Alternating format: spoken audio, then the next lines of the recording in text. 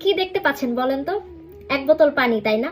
এই এক বোতল পানি আমি যখন সুপার শপ থেকে কিনবো তখন এই এক বোতল পানির দাম হচ্ছে 1 ইউরো।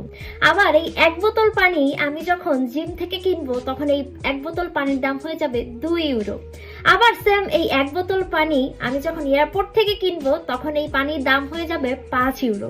আবার সেম এই এক বোতল পানি আমি যখন একটু দূরে মানে একটু প্লেনের মধ্যে যাই কিনবো তখন সেই পানির দাম হয়ে যাবে 7 ইউরো। এখন পানি কিন্তু ভাই সেম, ওই 1 ইউরোর পানি হয়ে যাচ্ছে 7 ইউরো। কেন দেখেছেন? শুধুমাত্র জায়গা পরিবর্তন করার কারণে। তো আপনি যেখানে আছেন সেখানে থেকে যদি আপনার ভ্যালু না পান বা আপনার যতটুকু মূল্যায়ন থাকা দরকার সেই মূল্যায়নটা পাচ্ছেন না, আপনি আপনার অবস্থান পরিবর্তন করে ফেলুন। আপনার চারিপাশের মানুষজন এই যে সারাউন্ডিংস চেঞ্জ করে ফেলুন। পানি যেমন 1 ইউরো থেকে 7 ইউরো হয়ে যেতে পারে শুধুমাত্র জায়গা পরিবর্তনের কারণে, সেরকম যেই আপনি মূল্যহীন হয়ে পড়ে আছেন সেই